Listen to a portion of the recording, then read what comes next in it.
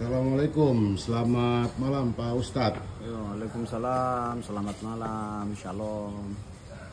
Ya, menurut Pak Ustadz, perkembangan politik di Papua, Provinsi Papua khususnya, kemudian terkait dengan beberapa putra-putra terbaik Papua yang maju sebagai calon gubernur dan wakil gubernur. Menurut Pak Ustadz, seperti apa? Ya, kalau sesuai dengan undang-undang otonomi khusus, mungkin untuk gubernur dan wakil gubernur itu memang harus dibuktikan dengan keaslian orang Papua. Tapi di beberapa kota itu kan ada wali kota, calon wakil wali kota. Ini sudah masyarakatnya majemuk ya. Jadi terlepas dari etnis, DNA, bagaimanapun juga mereka yang saudara-saudara kita ini sudah lama datang tinggal hidup, makan di tanah yang sama, sehingga itu ada hal-hal kearifan lokal itu harus diterjemahkan arahnya ke situ, sehingga ada penolakan-penolakan beberapa saudara-saudara kita yang kebetulan itu bukan etnis Papua atau campuran. Hal-hal yang seperti ini sebenarnya bertentangan dengan kearifan lokal Papua itu sendiri. Padahal dalam sejarah membuktikan bahwa kearifan lokal itu bagaimana orang Papua menerima kehadiran saudara-saudara kita yang kemudian mereka ingin menjadi orang Papua, dan mungkin secara adat budaya, karena adat itu kan, adat budaya itu terdiri dari 4 unsur, 7 unsur ya, termasuk makanan, termasuk kebiasaan hidup dan sebagainya, bahwa mereka itu adalah orang Papua, sehingga mereka secara alamiah, secara adat budaya diterima dan sebagai bagian dari, tidak terlepas integral ya dari etnis Kepapuaan itu sendiri. Itu yang mungkin perlu ada kearifan lokal yang kemudian itu pergeseran makna kearifan lokal ini harus diterjemahkan bahwa secara alamiah.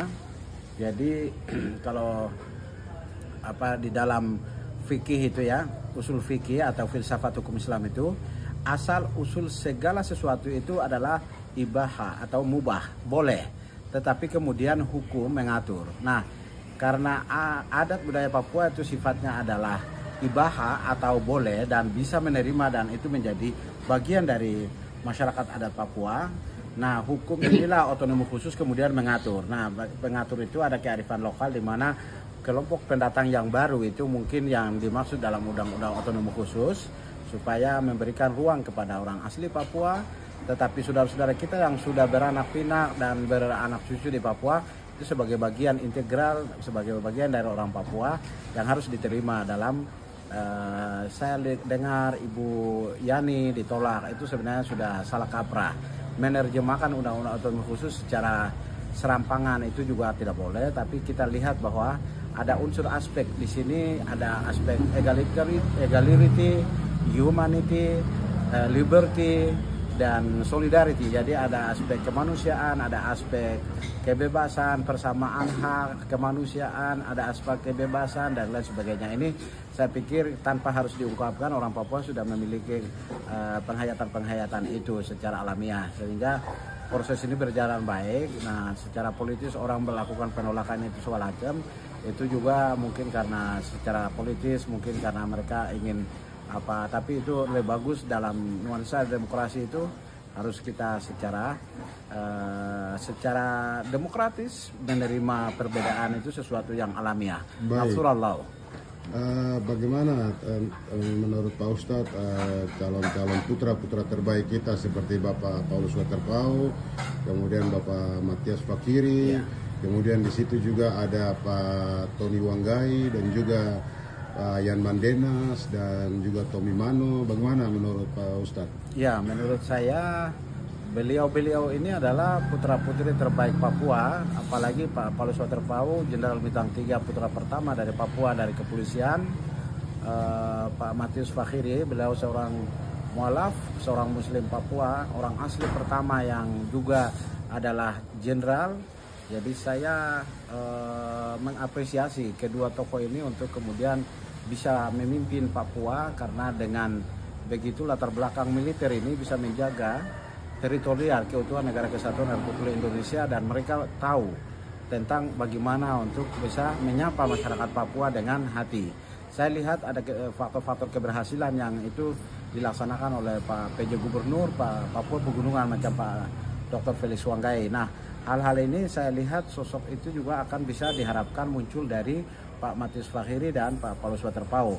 Persoalan apakah siapa yang berpeluang, saya pikir sama-sama punya peluang, hanya tinggal bagaimana memenuhi, orang bilang itu syarat ya.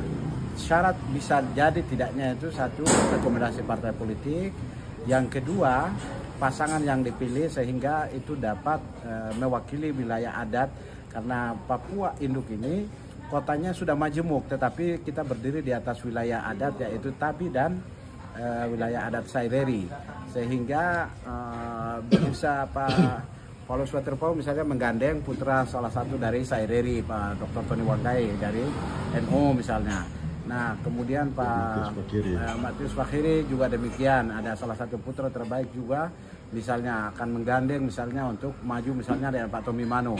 Itu akan menjadi proses yang lebih baik untuk proses, katakanlah semacam proses politik education, yaitu politik bagaimana pendidikan politik ke depan itu secara sehat, secara kompetitif, dan itu secara berkeadilan untuk menciptakan Papua yang lebih baik.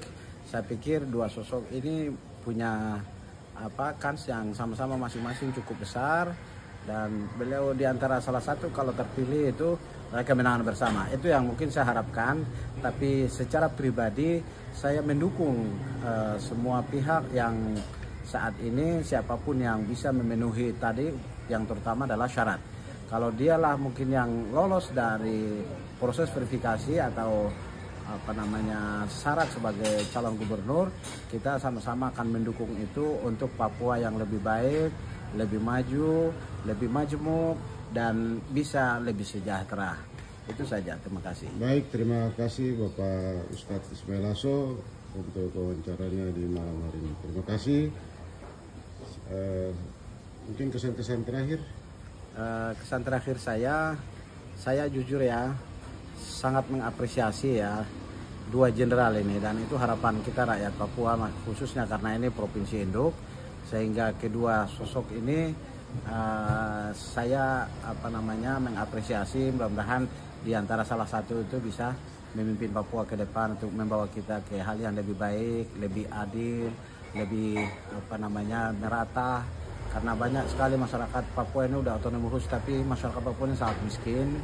Oleh sebab itu kita berharap kedua jenderal ini bisa membawa perubahan-perubahan itu supaya lebih kepada keadilan ekonomi, terutama pendidikan, kesehatan. Dan saya berharap pendidikan di Papua ini harus tanpa biaya, dipungut biaya. Bisa pendidikan itu seluruh gubernur, seluruh 5 gubernur, seluruh para bupati, wali kota membebaskan biaya pendidikan, karena itu tolak ukur dasar maju tidaknya sebuah bangsa itu pendidikan. Jadi pendidikan, semua biaya pendidikan dibebaskan dari sekolah dasar sampai SMA, itu harapan saya. Yang kedua untuk kesehatan, bagaimanapun juga kesehatan ini rakyat Papua ini seperti macam peredaran miras yang begitu bebas, ini harus dibatasi. Terus yang ketiga, pembangunan tidak akan berjalan baik, karena itu pemimpin Papua kelak itu harus latar belakangnya militer. Itu harapan saya. Karena apa? Karena kalau kita orang sipil ini, daerah ini selalu tidak aman. Pembangunan itu tidak akan bisa dibangun tanpa ada keamanan, kenyamanan. Jadi harus aman dulu, baru kemudian pembangunan bisa berjalan. Itu saja. Terima kasih. Baik, terima kasih Pak Ustadz Ismail Aso. Terima kasih. Selamat malam. Selamat malam.